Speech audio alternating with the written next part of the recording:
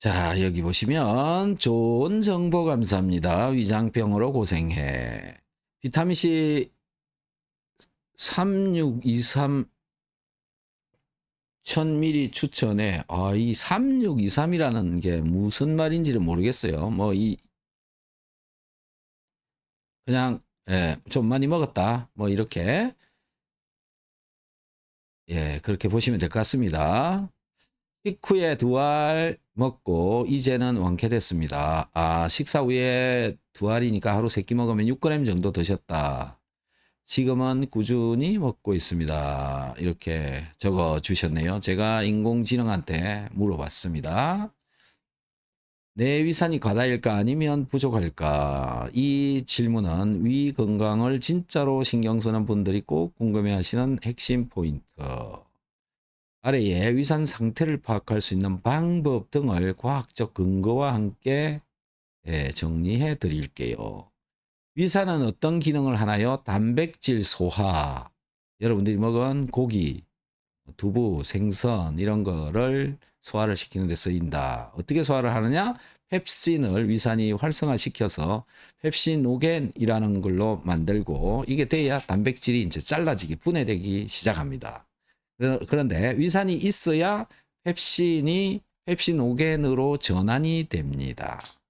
그게 돼야 단백질을 분해를 할 수가 있다라는 거고요. 그 다음에 이 단백질을 분해를 하려면 이 단백질을 녹여야 됩니다. 누가 녹이느냐? 위산이 녹입니다. 만약에 위산이 없어가지고 이 단백질, 즉 고기를 녹이지 못하면 이 소화가 이 소화 효소나 펩신 이런 게 아무리 많이 있어도 그냥 꽝입니다. 분해 안 됩니다. 기능을 못 합니다. 단백질이 녹아야 분해가 되기 시작한다. 그래서 위산이 있느냐 없느냐가 정말 중요하다라는 거고요. 그 다음에 위산은 칼슘, 마그네슘, 철 등 미네랄의 흡수를 촉진을 시킨다. 이유는 뭐냐면 위산이 칼슘과 마그네슘 이런 것들, 철 이런 것들을 녹이기 때문에 그렇습니다. 그 다음에 위산은 내가 먹는 음식물 중에 들어있는 각종 병원균 또는 일반적인 균 이런 것들도 좀 죽입니다. 그걸로 인해서 면역을 작동시킨다. 면역이 좀 되도록 해준다. 방어를 한다. 이런 의미가 있는 거고요. 그 다음에 우위 배출 조절을 한다. 위장 연동 운동을 시켜준다. 이게 이제 위장의 아래쪽에 있는 관략근을 열리게 해서 아래로 내려보내는데도 위산이 작동을 한다. 이런 얘기입니다. 그래서 위산이 너무 많거나 부족해도 소화장애, 영양결핍, 장내 세균 불균형 이런 것들이 생길 수가 있다. 이런 얘기죠. 위산 과다와 위산 저하증 어떻게 구별할 수 있을까? 자가 체크. 위산 과다인 경우에 속쓰림, 가슴 통증 자주 발생. 자, 그 다음에 위산이 부족한 저산증의 경우에도 속쓰림, 가슴 통증이 발생할 수 있다. 차이는 과다인 경우에는 자주 발생한다. 이런 얘기입니다. 그 다음에 신트림, 산, 역류는 위산 과다일 때 있고 위산 저하증일 때는 있을 수도 있고 그래서 헷갈린다. 이렇게 보시면 되죠. 뭐 때문에 생겼는지 잘 모를 수도 있다. 이런 얘기입니다. 단백질 소화불량, 고기 먹고 체하는 경우에 위산 과다인 경우에는 없다, 부족하다, 흔하지 않다. 이렇게 보시면 되고 위산 저하증인 경우에는 소화불량, 고기 먹고 체함이 흔하게 일어난다. 그 다음에 아래 보면은 팽만, 가스, 트림, 위산이 많이 있을 때는 별로 생기지 않는다. 위산이 없는 경우에 자주 나타난다. 철분, 칼슘의 결핍. 위산이 과다한 경우에는 결핍이 드물다. 하지만 저산증인 경우에는 흔하다. 흡수 저하 때문에 일어나는 거다. 그래서 여러분들 칼슘이 부족하다, 골다공이 오고 있다 이러시는 분들 오로지 칼슘제만 먹으면 다 해결되느냐, 이게 아니다 이렇게 보시면 되겠죠. 위산이 있어야 칼슘도 훨씬 흡수가 잘 된다. 이렇게 생각하시면 됩니다. 그 다음에 식후에 졸립다, 무기력하다. 이것도 위산 부족이다. 그 다음에 위산 부족이 되면 자주 보고된다. 그 다음에 설사보다는 변비가 많이 생기는 경우가 어디냐? 위산이 적을 경우에 자주 동반이 된다. 위산이 많은 경우에는 가능성이 거의 없다. 자, 변비, 설사도 결국 위산과 관련이 있다. 이렇게 보시면 되죠. 속쓰림이 많다면 과다, 속쓰림이 없고 소화력 저하, 영양 흡수 문제, 가스가 많다면 저산증 가능성이 높다. 자, 이 속쓰림이 많다면 과다하냐? 이것도 사실 의문스러운 게 뭐냐면요. 위장벽에 염증이 많이 있으면 조금만 위산이 나와도 속쓰림이 발생합니다. 그래서 위산이 과다하지도 않은데 속쓰림이 있으면 그냥 위산이 과다하다. 이렇게 봐버리는 게 문제죠. 근데 대부분은 위산이 부족해서 많은 문제가 생겼다. 이렇게 이해하는 것이 저는 올바르다. 이렇게 생각합니다.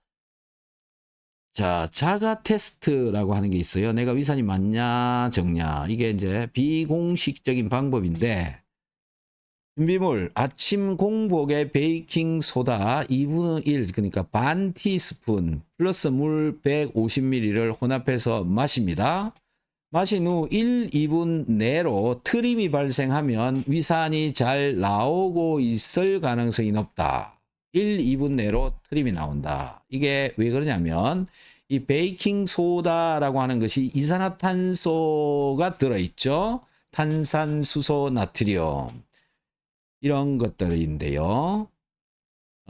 위산이 많이 있을 때 이 반 티스푼의 이 베이킹 소다가 들어가게 되면 저 베이킹 소다 안에 들어있는 이산화탄소 가스가 생기는 거죠. 원래 가루로 되어 있는 것이 녹아가지고 이산화탄소 CO2 가스로 바뀌는 겁니다. 그게 이제 배에 차게 되는 거죠. 이렇게 해서 트림이 올라오는 건데 1, 2분 안에 위산이 충분하면 1, 2분 안에 이 가스가 올라온다. 아침에 공복에 하는 겁니다. 이렇게 하시고 3, 5분 이상이 지나도 트림이 없다. 그러면 이 이산화탄소 가스를 녹여가지고 빨리 빼내지를 못하고 있기 때문에 그렇습니다. 그 중탄산 나트륨이죠. 그 베이킹 소다요. 자, 그래서 그 베이킹 소다로부터 이산화탄소 가스가 빨리 만들어져서 빨리 나오면 위산이 충분. 빨리 안 나오면 3분, 5분이 지나도 안 나오면 저산증이다. 뭐 이런 정도로 확인을 또 해보는 방법도 있다. 단점, 절대적인 수치는 아니다. 위 내부 압력, 가스 상태 등에도 영향을 받는다. 위염이나 궤양이 있으신 분은 이 방법을 피해 주세요. 자, 그 다음에 의료기관에서 검사, 정확한 진단을 한다. 이런 검사가 있습니다. 위산 분비 검사, 게스트릭